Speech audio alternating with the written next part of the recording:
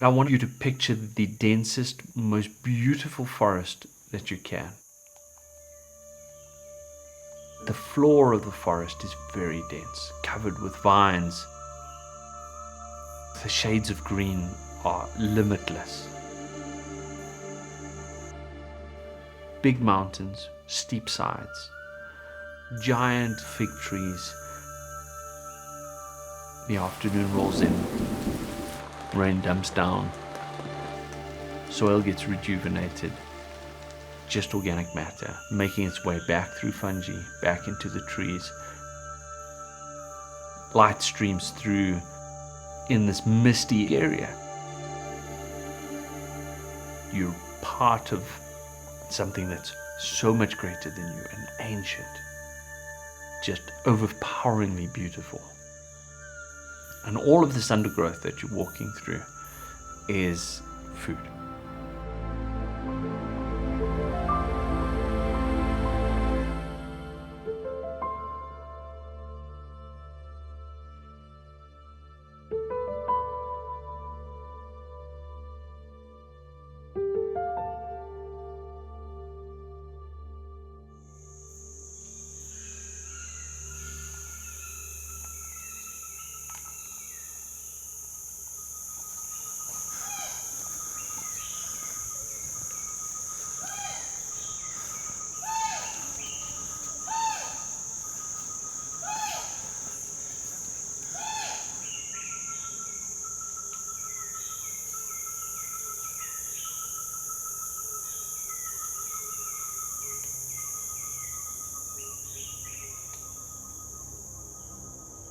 Being an expedition leader, one of my major roles is really trying to make people feel comfortable in surroundings they're not used to.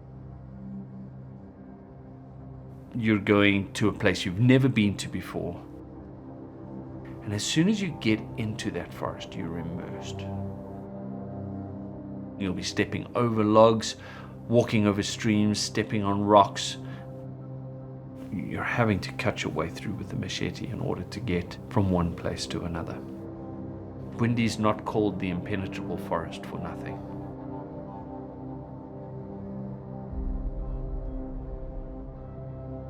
The trackers go, woo-hoo! And then you meet up with them and the guide says, okay, it's time. And you walk in. And within a couple of minutes, you suddenly get to this point where one of the trackers starts to move some branches out the way. And there's this black fluory gorilla behind it, looking up at you, as if you were just part of the scenery. Zero impact.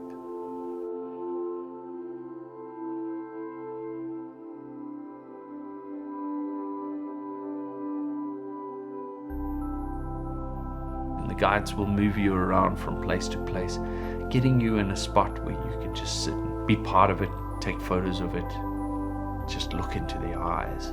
One of the biggest myths is that you're not allowed to look in a gorilla's eyes. Of course you are. It's the place where you're going to see their soul, man.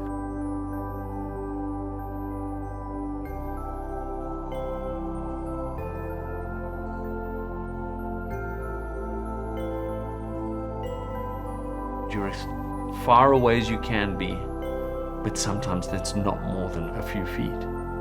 Sometimes they want to walk right past you, walk inches past you, and you're just in it. There's this sense of, holy crap, I'm on foot with a gorilla.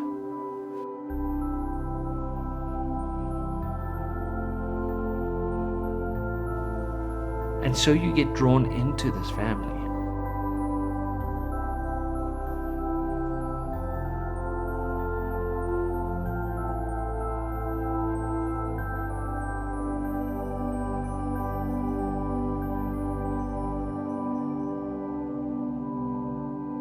I can remember probably at 8 or 9 years old, standing at a fence with these very strong iron fences to keep elephants and rhino and buffalo from moving through, and saying, one day when I'm big, I want to be a game ranger. And that's a guide in South African terms. I don't know what it is, but I've always been drawn to the stillness of nature, the beauty of it, and just the mystique. By the age of sort of 11, 12, that thought had long passed. It wasn't seen as a great job or something with a future. Now you're thinking about being a doctor or an engineer or something my parents wanted. My dad was a very personable person, great sense of humor. Everyone loved him. But he was also a disciplinarian. Face me, Richie. Turn and face me. Made sure that everything stayed in order. And whilst there was discipline, there was an abundance of love. I still, to this day, picture hugs with him that just engulfed me. Happy birthday, dear Richard. My mom was knee-high to a cricket. She had tiny little feet, but she had this walk on her, and I can still hear the walk. She walked so fast. She was very work ethic focused and pushed that on us a lot. If we were studying for a test, it's like, oh, you finished studying, bring me your book. And then she would test us. If we didn't get 100% right, what she was saying, was back to the room, back to study. And failure was not an option. But again, full of love. Absolute, unconditional love. I always wanted to please them. That very much ruled my life. I don't think I resented that. I resented my father's push of his own agenda on me. His biggest wish for me was a degree, because he felt like that would give me the stepping stone that I needed to be more than he had become and to give me the best opportunity in life. I knew it was from a loving place, but the two of us started really butting heads at this stage. And our relationship sort of hit this really strained point. And during that year, the university had said, oh, our power utility company is looking to give bursaries. So a scholarship in South Africa, we call it a bursary. I filled in this form and I sent it off. I never thought about it again. And a couple of weeks later, they phoned back and they're like, congratulations, Richard, you got the bursary. My father melted with pride.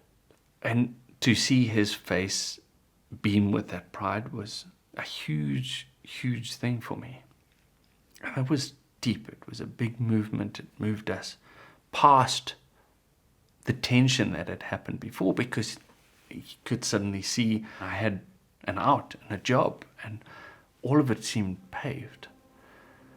And then life changed. A month later, we were going to go to Thailand on holiday. I said I'd stay with my brother. They cancelled my plane ticket and they went. That morning when the phone rang, and it was a very, very close family friend, and I answered it and she's like, have you seen the news? Why would I see the news? It's 6 a.m. She's like, there's been a massive tsunami in Thailand. In Thailand, paradise beaches turned to visions of hell. Nothing could resist the massive surge of water. Tens of millions of tons of water, unthinkably powerful, are driven onto shores across the Indian Ocean. Right at that moment, I knew they were gone.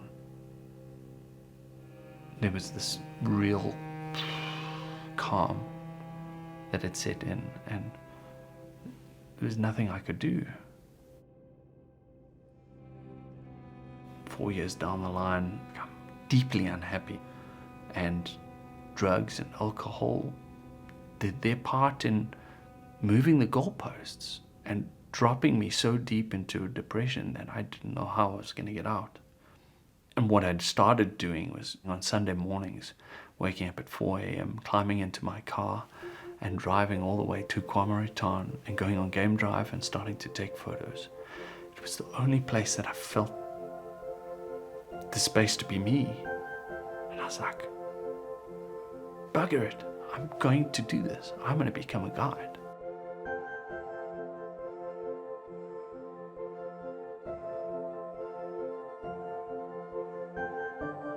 And I worked through this, all of this filth inside me. Nature just mopped up. I felt alive again for the first time in many, many years.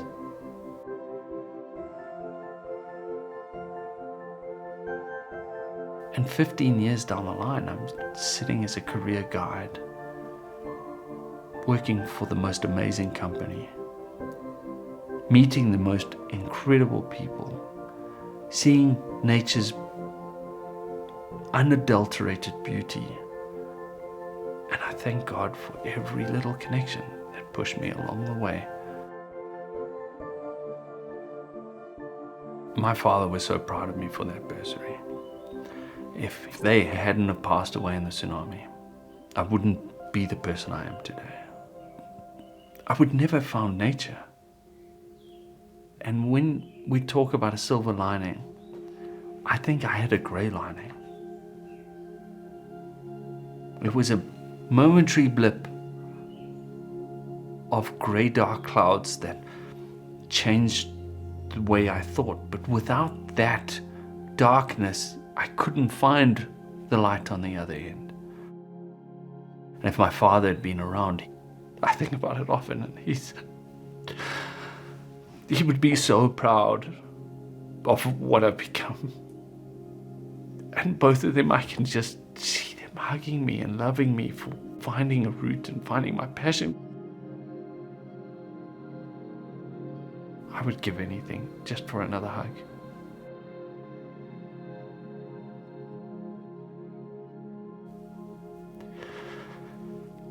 But I don't have that. And all I can do is give my kids the hugs that I would have got. Hello, Stinky! Who is that? Hello! Hello, how are you? I had a moment with a gorilla. She'd had a very young baby, and she let me get into a space that I could bring the guests into, and she showed off her baby, and that was emotional for me.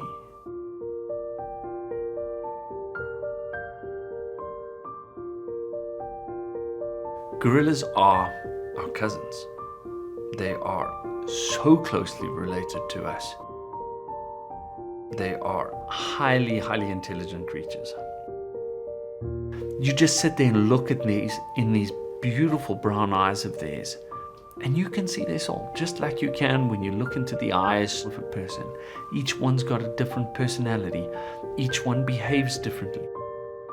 They live in these beautiful family groups run by a silverback. You see the family dynamic exactly like you would see at a barbecue on a Saturday with a whole family around. That time where I saw the gorilla baby and she was so close and 4 days old, it makes me think of the family unit and how my role is a silverback.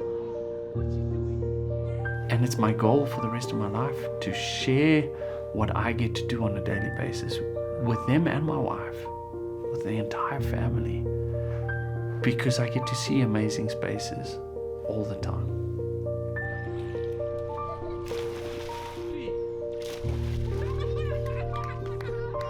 If I could teach my kids anything, is that they can do whatever they want with the right purpose. If they find their purpose, they will be able to change lives, including their own.